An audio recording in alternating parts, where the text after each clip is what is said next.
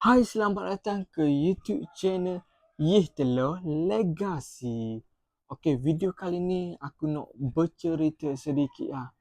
Sikit lah aku nak cerita. Jadinya sebelum nak cerita, kita intro dulu dah. Okey, jadi nama penuh aku Muhammad Harith bin Roslan. Umur aku 26 tahun pada tahun ni. Lepas tu cita-cita. Cita-cita aku sebenarnya cita-cita aku nak jadi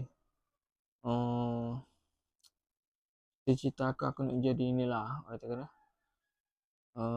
videographer. Cita-cita aku lah. Lepas tu adik-beradik aku 5 orang, aku anak nombor 2. Lepas tu impi aku tahun 2020. Impi aku tahun 2020 aku nak ambil konten YT. Lepas tu aku nak capai target gap aku nak. Contoh aku nak beli benda, aku kena capai target.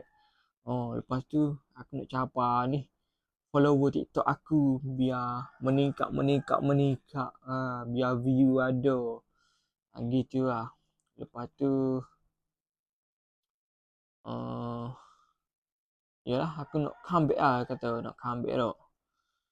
Lepas tu idola YouTuber hak terbaru lah tau. Kalau hak dulu-dulu biar tau. Hak terbaru lah. Isi Isyak. Kalau dulu tu ramai aku tengok Syami Shazali, idola juga. Bami, idola. Alipay ke apa. Tapi hak terbaru lah Isyak. Aku tak ramai mana kena YouTuber. Sebab aku bukan set YouTuber.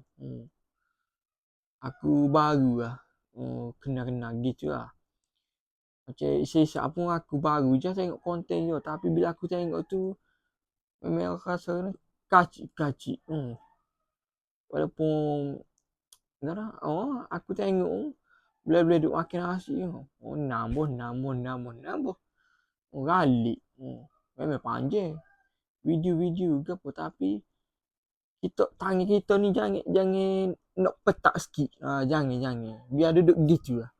Aku tengok. Lepas tu kalau aku tobik lah, aku sambung kat esok ulut. Gitu lah. Lepas tu idola TikToker ni ramai idola TikToker. Tapi kena pilih seorang kak. Mudah sebut kak Afif Muhammad. Aku anggap you idola aku lah. Ada lagi tapi aku tak ingat. Lepas tu idola pemain bola di Malaysia, Faisalin lah. Faisalin. Walaupun aku main bola tak pandai tapi aku minat je. Lepas tu idola pemain luar negara, aku tak ingat. Bukan tak ingat, tak tengok jadinya tak tahu player mana, team mana. Gitu.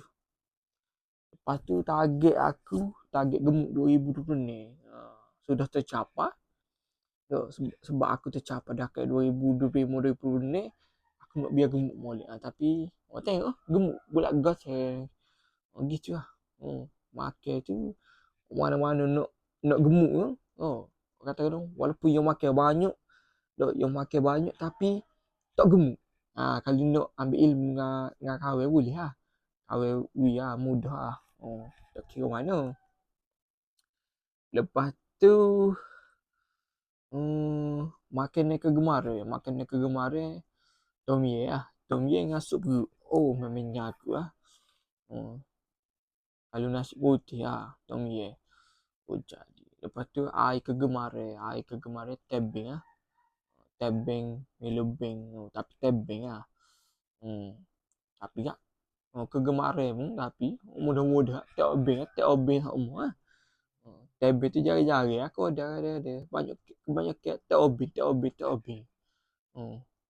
Gitu lah.